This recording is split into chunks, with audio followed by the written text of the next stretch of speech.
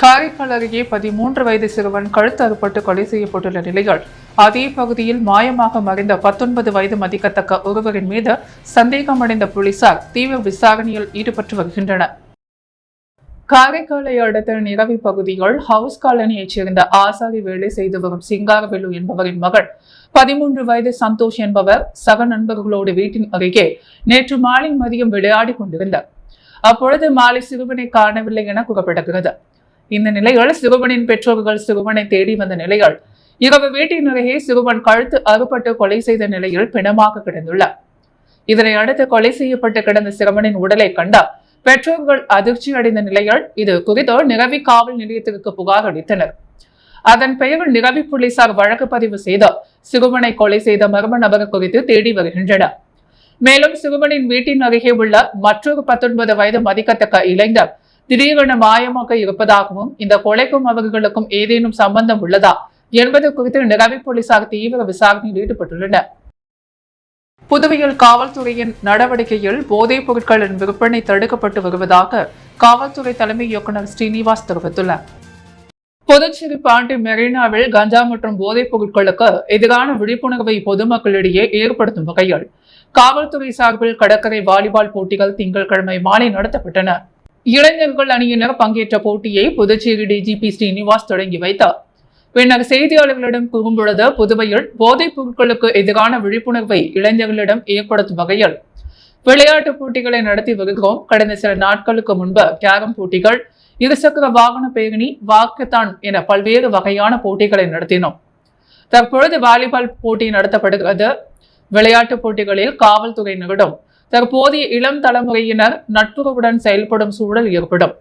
அதன் அடிப்படையில் போதைப் பொருட்களை தவிர்த்து இளைஞர்களுக்கு ஆரோக்கியமான சமூகம் அமையவும் எதிர்காலம் சிறப்பாக இருக்கவும் உரிய நடவடிக்கைகள் மேற்கொள்ளப்பட்டு வருகிறது. போதைப் பொருட்கள் விற்பவர்களை பிடிக்க சிறப்பு குழுக்கள் அமைத்து நடவடிக்கை மேற்கொண்டு வருகிறோம். இதனால் தற்பொழுது போதைப் பொருட்கள் விற்பனை குறைந்துள்ளது. முற்றிலும் போதைப் பொருட்கள் விற்பனை நீங்கும் வரை சோதனை நடவடிக்கைகள் தொடரும். கஞ்சா உள்ளிட்ட போதைப் பொருட்கள் பிரச்சனை என்பது காவல்துறை மட்டும் சம்பந்தப்படவில்ல. சமூகத்தில் உள்ள அனைவருக்கும் போதை தடுப்பில் பங்குண்டு. பிள்ளைகளது செயல்பாடுகளை வீட்டில் பெற்றோர்களும் கல்லூரிகளிலும் பேராசிரியர்களும் கவனிக்க வேண்டியது அவசியம். தற்பொழுது மக்கள் காவல்துறை நடவடிக்கைகளுக்கு ஆதரவு தருகிறார்கள் என்றார்.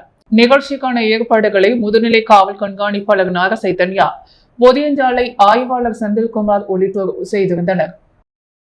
புதுச்சேரி ஆம்பர் சாலையில் அமைந்துள்ள ஸ்ரீ ஓம் ஸ்ரீகடி அற்புத சாய் ஆலயத்தில் நடைபெற்ற இளநீர் அபிஷேகம் விழாவில் சட்டமன்ற உறுப்பினர் VP ராமலிங்கம் உள்ளிட்ட திரளான பக்தர்கள் கலந்து கொண்டு சுவாமியை வழிபட்டனர். புதுச்சேரி ஆம்பூர் சாலையில் ஓம் ஸ்ரீகடி அற்புத சாய் ஆலயம் அமைந்துள்ளது. இந்த ஆலயத்தில் அக்னி நட்சத்திர தோஷ நிவர்த்தி நாளை ஒட்டி 500க்கும் மேற்பட்ட இளநீர் அபிஷேகம் நடைபெற்றது. தொடர்ந்து சுவாமிக்கு விசேஷ பூஜைகள் செய்யப்பட்ட மகா தீபாரதனை காட்டப்பட்டது. இதில் சிறப்பு விருந்தினராக சட்டமன்ற உறுப்பினர் VP ராமலிங்கம் பங்கேற்ற சுவாமியை வழிபட்டார். தொடர்ந்து அவர் அன்னதான விழாவையும் தொடங்கி வைத்தார். மேலும் இந்த நிகழ்ச்சியில் ராஜ்பவன் தொகுதியின் பாஜக பொறுப்பாளர் ஆனந்த கண்ணன், தொகுதி தலைவர் நாகராஜன் உள்ளிட்ட திரளான பக்தர்கள் கலந்து கொண்டு சுவாமியை வழிபட்டனர்.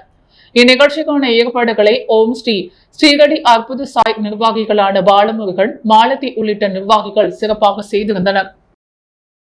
புதுச்சேரி முதலியார்பேட்டை பகுதியில் நேற்று திங்கட்கிழமை இரவு மின்மாற்றி திடீரென தீப்பற்றி எரிந்து சேதமடைந்தது.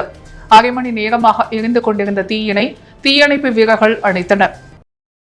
புதுச்சேரி முதலியார்பேட்டை காவல் நிலைய பகுதியில் மின்மாற்றி உள்ளது. இந்த மின்மாற்றி திங்கட்கிழமை மாலை திடீரென தீப்பற்றி எரிந்தது. தீயானது தொடர்ந்து வெடிப்பு சப்தத்துடன் 30 நிமிடங்கள் எரிந்தது. இதனால் அந்த பகுதியில் சென்ற வாகன ஓட்டிகளும் பொதுமக்களும் அதிர்ச்சி அடைந்தனர். தகவலறிந்த முதலியார்பேட்டை போலீசார் விரைந்து வந்த வாகனங்களை மாற்றுப்பாதையில் திருப்பிவிட்டனர். மேலும் தீயணைப்பு துறையினர் வந்து மின் மாற்றியில் பற்றி எரிந்த தீயை அணைத்தனர். இதனால் அந்த பகுதியில் மின்தடை ஏற்பட்டது. ஏற்கனவே புதுச்சேரி மண்ணாடிப்பட்டு பகுதியில் மின் மாற்றி பழுதால் தொடர் மின்தடை ஏற்படுவதாக மக்கள் சாலை மறியலில் ஈடுபட்டனர். இந்த நிலையில் புதுச்சேரி நகரில் முதலியார்பேட்டையில் மின் மாற்றியில் தீப்பற்றி சேதமடைந்துள்ளது. உலக பட்டினி தினத்தை முன்னிட்டு தமிழக வெற்றி கழகம் சார்பில் திருபுவனை பகுதியில் அன்னதானம் வழங்கப்பட்டது.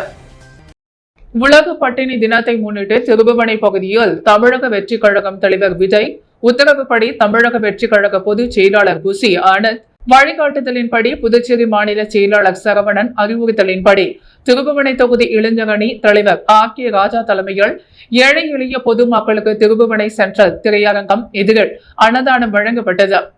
இந்த நிகழ்ச்சியில் திருபுவனை தொகுதி தமிழக வெற்றி கழக இளைஞரணி செயலாளர் அசோக், துணை செயலாளர் மணிகண்டன், பொருளாளர் மணி மற்றும் பிரீத்தி, ரங்கநாதன், ஜீவா, மணிபாலன், முரளி, அசோக் மற்றும் பலர் கலந்து கொண்டனர்.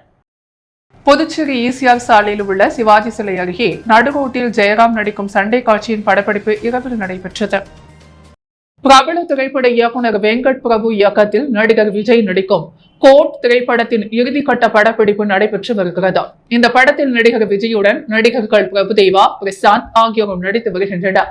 ஏற்கனவே புதுச்சேரியில் விஜய் நடிக்கும் சண்டை காட்சிகள் படப்பிடிக்கப்பட்டது. இந்த நிலையில் கோட் திரைப்படத்தில் நடிகர் ஜெயராமும் இணைந்துள்ளார். நடிகர் ஜெயராம் நடிக்கும் சண்டை காட்சி புதுச்சேரியில் இரவு நேரத்தில் படமாக்கப்பட்டு வருகிறது. புதுச்சேரி ஈசிஆர் சாலையில் உள்ள சிவாஜி சிலை அருகே நடுரோட்டில் ஜெயராம் நடிக்கும் சண்டை காட்சியின் படப்பிடிப்பு நடைபெற்றது. இதில் நடுரோட்டில் கார் பற்றி எறிவது போலவும் துப்பாக்கி சூடு நடைபெறுவது போன்ற நடிகர் ஜெயராம் நடிக்கும் சண்டை காட்சிகள் படமாக்கப்பட்டது. இந்த காட்சிகள் தற்போது சமூக வலைதளங்களில் வைரலாகி வருகிறது. புதுச்சேரியில் அறிவிக்கப்படாத மின்வெட்டால் பொதுமக்கள் அவதிக்குள்ளாகியுள்ளதாகவும் தொழிற்சாலைக்கு மின்சாரம் விநியோகிப்பதில் முன்னுரிமை காட்ட ஆட்சியாளர்கள் பொதுமக்களுக்கு மின் விநியோகம் செய்யாமல் அலட்சியம் காட்டுவதாக மாநில காங்கிரஸ் கட்சி தலைவர் வைத்திலிங்கம் குற்றம் சாட்டியுள்ளார். இதுகுறித்து இன்று மாநில காங்கிரஸ் கட்சி தலைமை அலுவலகத்தில் செய்தியாளர்களுக்கு பேட்டியளித்த வைத்திலிங்கம், புதுச்சேரியில் பள்ளி தேர்வுகள் முடிந்து மேல்நிலை பள்ளிகளில் சேர சான்றிதழ் பெற வருவாய்த்துறை வருமானவர் பெற்றோர் அலைக்கழிக்கப்படுகின்றனர். இதற்கு காரணமாக வருவாய்த்துறையில் பணியாளர்கள் பற்றாக்குறையை போக்க அரசு நடவடிக்கை எடுக்கவில்லை.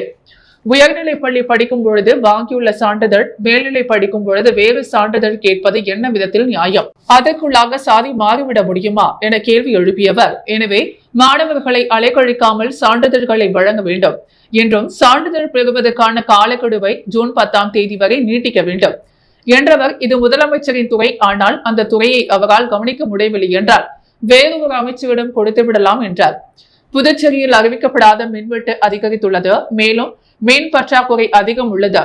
தொழிற்சாலைக்கு மின்சாரம் விநியோகிப்பதில் முன்னுரிமை காட்டுகின்ற ஆட்சியாளர்கள் பொதுமக்களுக்கு மின் விநியோகம் செய்யாமல் ஆட்சியாளர்கள் அலட்சியம் காட்டுகிறார்கள் என குற்றம் சாட்டினார். புதுச்சேரியில் போதைப் பொருட்கள் இன்னும் விற்பனை செய்து கொண்டுதான் உள்ளன.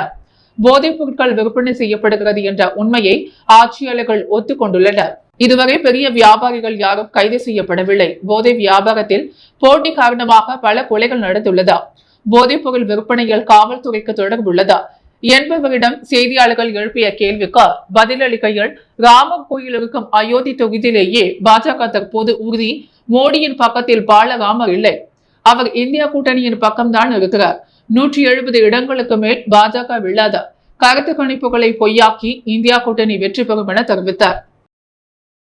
வரும் ஜூலை 1 முதல் இந்திய தண்டனை சட்டம் மாறுவதை தொடர்ந்து புதுச்சேரி போத்தீஸ் பணிபுரியும் பெண் ஊழியர்களிடம் பெரிய கடை போலீசார் சட்டம் குறித்து விழிப்புணர்வு ஏற்படுத்தினர். நாடு முழுவதும் இந்திய தண்டனை சட்டத்தில் மாற்றம் கொண்டு வரப்படும் வரும் ஜூலை 1 முதல் அமலுக்கு வருகிறது. இந்த நிலையில் புதுச்சேரி போத்தீஸ் நிறுவனத்தில் பணிபுரியும் பெண் தொழிலாளர்களுக்கு இந்த சட்டம் தொடர்பான விழிப்புணர்வு கலந்துரையாடல் கூட்டம் பெரிய கடை காவல் நிலையம் சார்பில் இன்று நடைபெற்றது.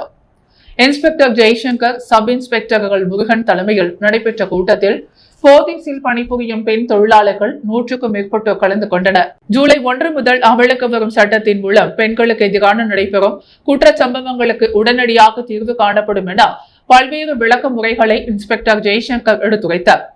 இதில் பெரிய கடை காவல் நிலைய போலீசார் மற்றும் போலீஸ் அதிகாரிகள் மற்றும் ஊழியர்கள் கலந்து கொண்டனர். மொரட்டாண்டி பிரத்யங்கரா காளி கோயிலில் அக்னி நட்சத்திர தோஷ நிவர்த்திக்காக 24 மணி நேரம் இடைவிடாத அபிஷேகம் பெருவிழா நடைபெற்றது.